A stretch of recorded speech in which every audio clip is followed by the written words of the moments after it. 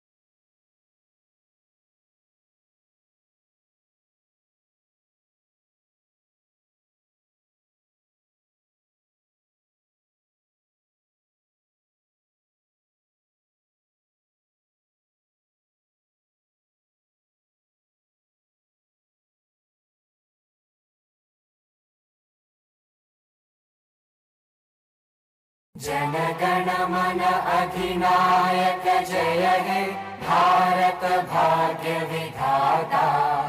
पंजाब सिंध गुजरात मराठा द्राविड उत्कल वंगा। विंध्य हिमाचल यमुना गंगा उच्चल जलधि तरंगा। तव शुभ नामे जागे तव शुभ आशीष मांगे। गाहे तव जय गाथा जनगण मंगलदायक जय हे भारत भाग्य विधाता। जय हे जय हे जय हे जय जय जय जय हे।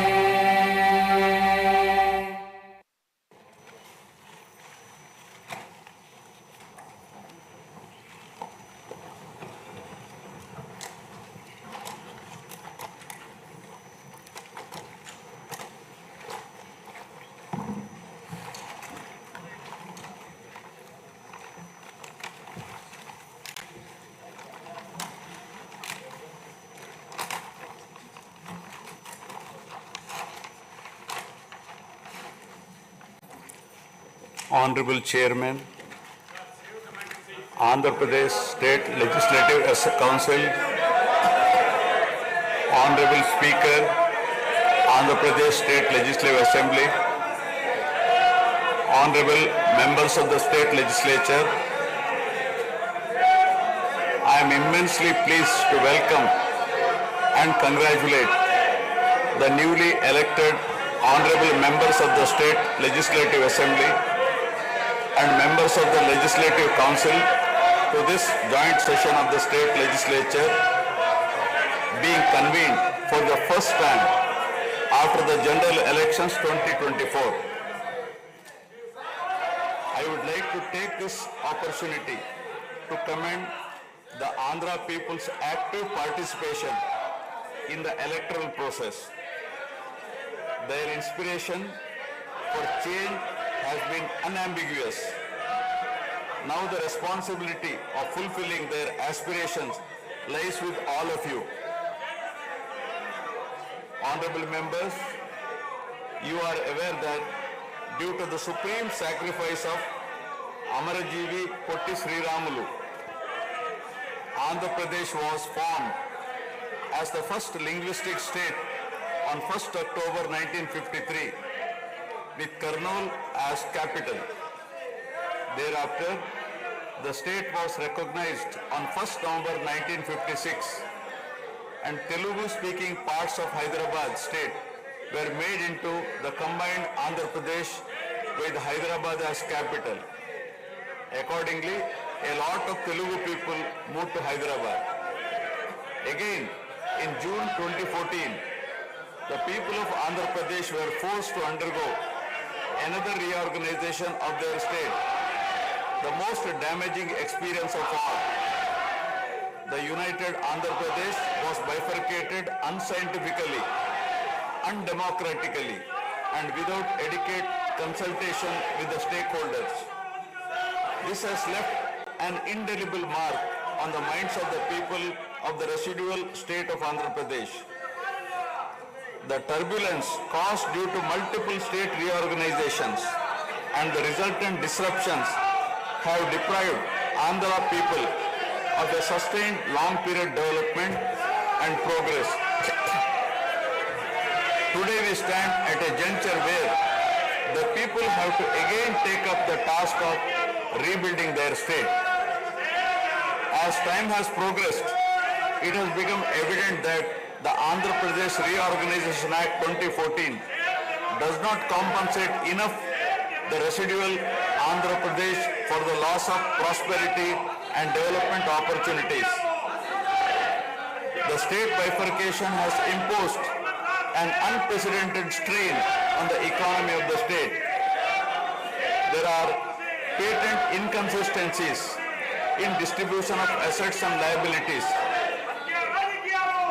with 58.32% of combined state population. The unscientific bifurcation caused the state to inherit only 46% of the resources. Financial loss on account of loss of Hyderabad city, disproportionate debt burden, loss of access to public institutions, loss of national institutions, Government of India PSUs, and institutions of higher learning, etc.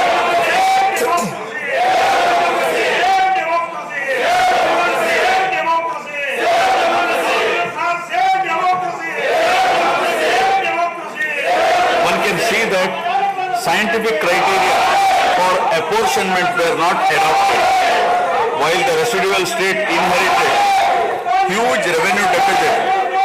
Debt was shared on population basis, assets on location basis, power sharing on consumption basis, and worst of all, educational institutions with no basis. All these factors led to the structural change in economy with reduction of service sectors from 51% to 44%. The per capita income too fell from 1,06,176 for the combined state to rupees 93,121 for AP. Notwithstanding the adverse impact of the state bifurcation and undaunted by challenges such as budgetary constraints, infrastructural deficiencies and unresolved issues, the government converted every crisis into an opportunity during the period 2014 to 19. The government had laid a solid foundation for a vibrant sunrise Andhra Pradesh.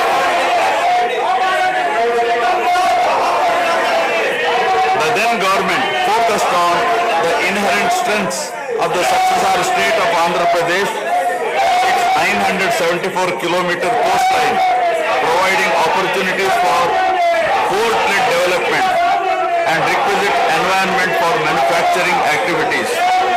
The fertile river plains supporting agriculture and allied activities, the passing of 3 industrial corridors through the state, the rich natural and human resources. A reflection on the state's performance during the 5-year period of 2014 to 19 gives a clear picture of the balancing act between development and welfare. Completion of prestigious Pattasima project by linking of rivers Godavari and Krishna in a record time of 1 year. Completion of 72% of Polavaram project so that it could be made fully operational by 2021. Prioritization of other irrigation projects, drought-proofing measures, real-time governance, development of Amaravati region through land pooling, construction of new secretariat and legislature building are a few examples worthy of mention. All the milestones achieved during 2014 to 19 were possible because of the visionary leadership of Sri Nara Chandrababu Naidu, the Honorable Chief Minister of Andhra Pradesh. In this regime, the state attracted marquee FDIs like Kia Motors, emerging as #1 state continuously in ease of doing business rankings. Under his able leadership, the state attracted several investments in various sectors. The government initiated development of Kakinada SEZ port, Bhavanapadu and Ramayapatnam ports, expanded airports and increased the state road network. The development of infrastructure was balanced with welfare measures such as increase in old age pension, farm loan waiver, scholarships to students, construction of houses, etc. These development and welfare measures led to compound annual growth of 13.5% between 2014 to 19. While the state was set to take off on the path of high growth, the change of regime in 2019 again brought back the disturbing time for the nascent Andhra Pradesh. The state that already bore front of bifurcation in 2014 was rather unfortunate to have witnessed yet another bigger debacle in the form of inept governance, where the people were threatened and officers demoralized. In fact, the damage and losses during the period 2019 to 24 have been more severe compared to the state reorganization in June 2014. The government that assumed charge in 2019 started a destructive note with demolition of Praja Vedike that continued unabated till the end of the regime 2024. During this regime, democracy was at peril. People were in a state of fear and hardly enjoyed any freedom of living.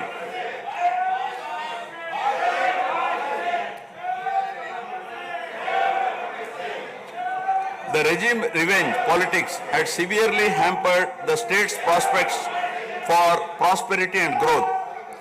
Even the Honorable High Court of Andhra Pradesh had sought to convene a judicial inquiry into whether there is a constitutional breakdown in the state. The biggest damage was done to the brand AP. No noteworthy companies came forward to invest in the state. The corrupt practices at all levels, coupled with weaponization of instruments of governance across revenue earning departments for personal gains, sabotaging of checks and balances made several state institutions and private companies defunct and forced the existing enthusiastic investors and entrepreneurs to move out of Andhra Pradesh to other states. The uncertain environment which rocked the confidence of the people in general and investors in particular started showing impact on the state finances, leaving them in a mess. Fiscal prudence was abandoned. Expenditure was beyond means in spite of limited revenue growth, and debt and liabilities rose sharply. Financial management is manifested by diversion of funds, higher taxation despite high inflation, increase in power sector liabilities, neglect of capital expenditure which eventually resulted in slowing down of the economy. The enormous gap in resources was sought to be met repeatedly by borrowings through corporations and forcing them to spend on government expenditure, and in the process weakening the corporations.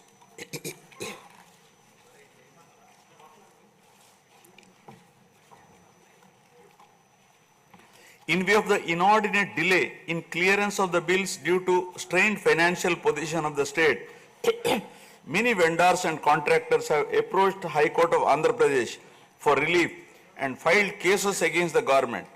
About 25,000 cases have been filed for bill payments, which is unprecedented. The sheer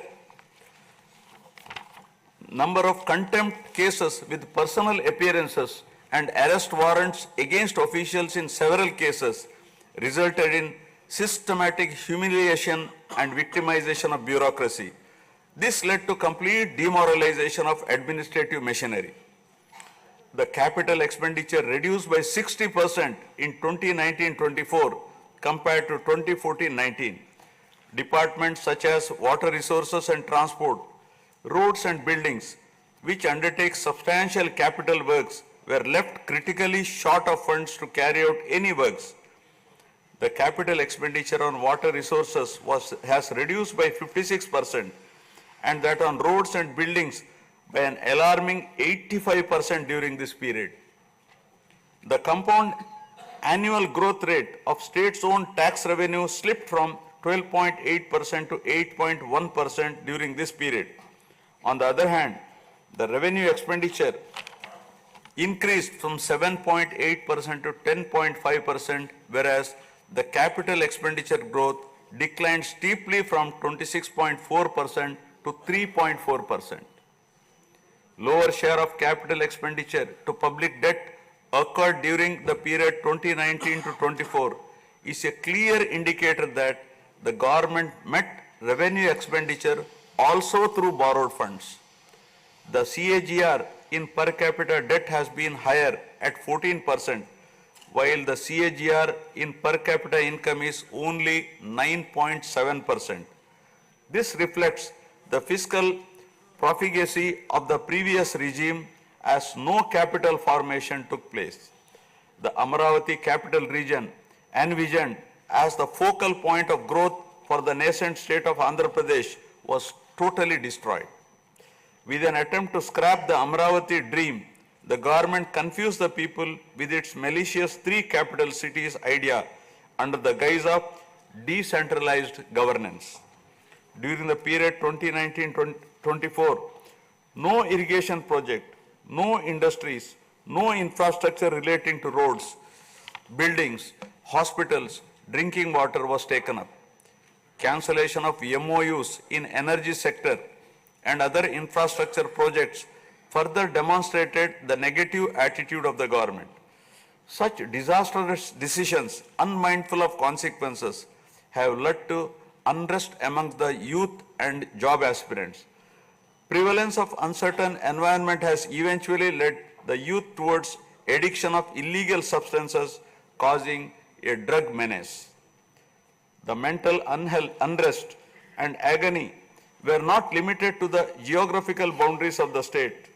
The Telugu speaking people all around the world were upset and demoralized by the uninspiring deeds of the government. They anxiously and desperately waited for a change in governance that would take them forward in the 21st century. The progressive public policies of the AP government during 1996 to 2004 have today led to empowerment of Telugu people globally, enabling them to be amongst the highest earning Indian diaspora. The condemnation of demolition approach of the previous government by the people of the state, NRIs and other supporters, culminated in a change in government. A huge and historic mandate has been given to the NDA, hitting an unprecedented 93% strike rate, thus reaffirming faith in democracy.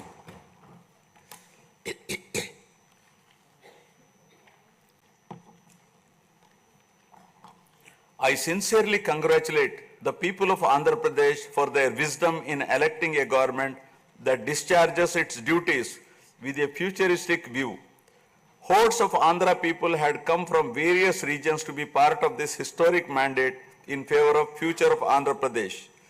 The new government has a perfect blend of fresh and experienced honorable members in the assembly. I once again welcome all the members who will be instrumental in making right policies in the interest of good governance and in the spirit of cooperative federalism. Honorable members, at this juncture, I feel it is also important to recall the glorious past of Andhra Pradesh. Renowned as Annapurna, rice bowl of India, the state used to support other states in ensuring food security. As a leader of self-help group concept, Andhra Pradesh stood out as an example in developing entrepreneurship, knowledge economy, and cultivating thrift amongst poor women. Use of IT in all areas of welfare and development was the cornerstone of state's vision.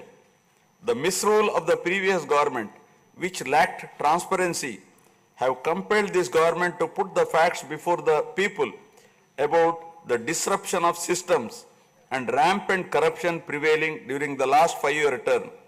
Accordingly, my government has released a series of white papers highlighting numerous discrepancies in fund utilization, misappropriation, resulting in huge loss to the state exchequer and the natural resources base of the state.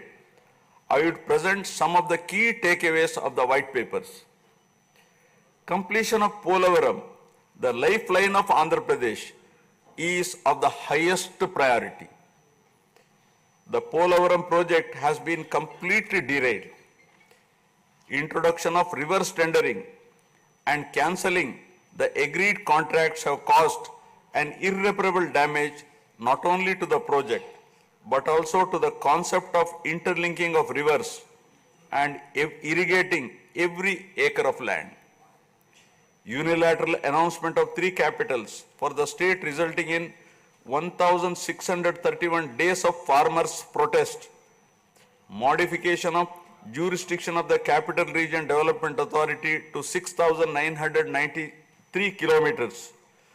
square kilometers. Shelving preparation of regional master plans.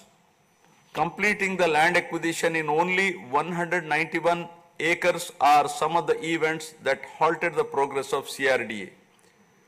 This led to a potential loss of about 7 lakh jobs and estimated loss of wealth of about rupees 2 lakh crore along with loss of investment and growth opportunities. Andhra Pradesh, which enjoyed the distinction of being the first state in the country to have introduced reforms in the power sector in 1990s, had achieved energy sufficiency from 1996 to 2004. After bifurcation, the state faced an energy deficit of 22.5 MU per day. Again, by bringing second generation's reforms in energy sector and promoting renewable energy, the state become energy surplus by 2018. The state has witnessed an irreparable damage in the recent past. State energy sector has also suffered huge losses to the tune of rupees 1,29,503 crores during the period 2019 to 24. Misappropriation of natural resources such as land, mines and minerals and forests has been widespread. Land grabbing, misappropriation in allotment of house site pattas, violations in land allocation, assignment of land to ineligible beneficiaries, and Resurvey and AP Land Titling Act 2023 have completely eroded the confidence of the people during 2019-24. Put together, an amount of rupees 35,576 crore covering 1.75 lakh acres has been estimated as a loss, and the fundamental right of the people to own their property was affected. Looting of sand and mineral wealth is another area that resulted in huge loss to the exchequer and involved corruption. My government has initially estimated that an amount of rupees 19,000 crore has been lost due to illegal activities in these areas. Due to the unfriendly sand policy, 20 lakh construction workers have become unemployed. Due to the inefficient, inappropriate policy making and laxity in enforcement during the periods 2019-24, a cumulative loss to the tune of 9,750 crore has been incurred in mineral revenue. Huge damage has been done to environment. Smuggling of precious red sandals from forests has taken place with the revenue from the sale of red sandals dropping from rupees 1,623 crore in 2014-19 to rupees 441 crore in 2019-24. The destruction of mangrove forest land and Rishikonda Hill in Vishakhapatnam have also damaged the state's heritage and culture. The government misused law and order machinery during 2019-24 by harassing dissenting voices. There was rise in crime against women, children, atrocities on innocent people, especially the SC, STs and other vulnerable sections. The people lost faith in the government's ability to maintain rule of law.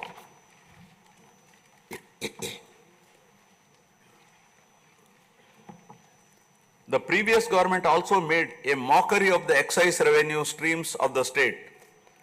The VAT on excise was reduced and diverted to AP State Beverages Corporation as a special margin which otherwise would have come to the government as revenue. The government levied the additional retail excise tax on the issue price of liquor sold by APSBCL and escrowed the same for repayment of loans taken by APSDC.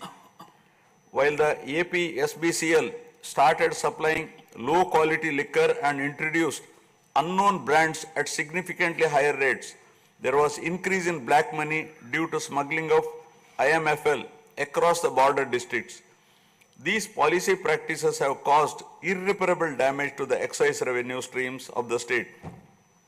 As a result, it has become difficult for the new government to meet even the essential committed expenditure with the reduced revenue of the state. The overall debt has more than doubled in last 5 years with huge outstanding payments of salaries and pensions, debt repayment for the debt burden of about 10 lakh crore, payments for the power sector dues, civil supplies and other liabilities has become challenging. Putting the governance back on track is truly a Herculean task. My government has already started fulfilling the pre-poll promises and announced that steadfast commitment to Super 6 promises. My government has launched its trademark people-centric governance soon after assuming office with a series of measures such as announcing a mega DSC for filling up 16,347 teacher vacancies, abolishing the Land Titling Act, enhancing social security pensions to Rs 4,000, organizing a skill census, and reopening the Anna canteens to provide food for the poor at a very nominal rate of Rs 5 and supply of free sand. My government will initiate other important measures also. I am sure my government under the able and proven leadership of Shri N. Chandrababu Naidu Garu, the Honorable Chief Minister of Andhra Pradesh, and Shri Pawan Kalyan Garu, Honorable Deputy Chief Minister, with complete support of Shri Narendra Modi Garu, Honorable Prime Minister of India, will make all-out efforts in fulfilling the aspirations of the people for developing the state. Initiating the process, the Honorable Chief Minister visited New Delhi to meet the Honorable Prime Minister and other union ministers concerned and apprise them of the grim financial situation. During the visit, special requests have also been made for hand-holding by the centre and extending liberal support to the state. I appeal to the people of the state to understand the current alarming financial situation and cooperate with the government in rebuilding the state. The massive destruction which resulted in huge loss of natural resource base and human value system really makes the reconstruction process difficult and time-taking one. To assess the complete loss, plan for resource mobilization and development is a cumbersome task. It requires collective thinking, extensive discussions with intelligentsia and academicians to explore ways to overcome the current crisis. It also involves finding ways to restart the entire development ecosystem through short, medium and long-term plans in the light of the new development paradigm of Viksit Bharat at 2047. The extent of real damage done to Andhra Pradesh in the last 5 years had not come in public discourse thus far. The misgovernance from 2019 to 24 created a trust deficit with regulatory authorities and damaged the brand of AP amongst investors. The people now given a strong mandate to the NDA to rebuild the brand AP and regain the trust. Honorable members, usually winning elections and assuming responsibility is a happy event. But now we are meeting in different and difficult circumstances. Perhaps for the first time in the country, the members are not in a position to rejoice and have the means to meet people's aspirations immediately. Keeping this in view, my government is proposing to go for budget after meaningful deliberations. With several issues relating to state bifurcation remaining unresolved, my government has taken initiative and visited New Delhi to meet the concerned in Union government, including Honorable Prime Minister and also Telangana government, with an intent to quickly find amicable solutions. The resolve shown by the 5 crore people of the state to reinstate democracy and elect people-friendly government with an unprecedented mandate is required to be appreciated yet again at this hour of crisis to help the state to rediscover its past glory. I would like to conclude my speech with the inspiring words of Swami Vivekananda. I quote, "We are responsible for what we are, and whatever we wish ourselves to be, we have the power to make ourselves. If what we are now has been the result of our own past actions, it certainly follows that whatever we wish to be in future can be produced by our present actions. So we have to know how to act." Jai Hind. जनगण मन अधिनायक जय हे भारत भाग्य विधाता। पंजाब सिंध गुजरात मराठा द्राविड उत्कल बंगा, विंध्य हिमाचल यमुना गंगा उज्जल जलधि तरंगा। तव शुभ नामे जागे, तव शुभ आशीष मांगे, गाहे तव जय गाथा। जन गण मंगलदायक जय हे भारत भाग्य विधाता।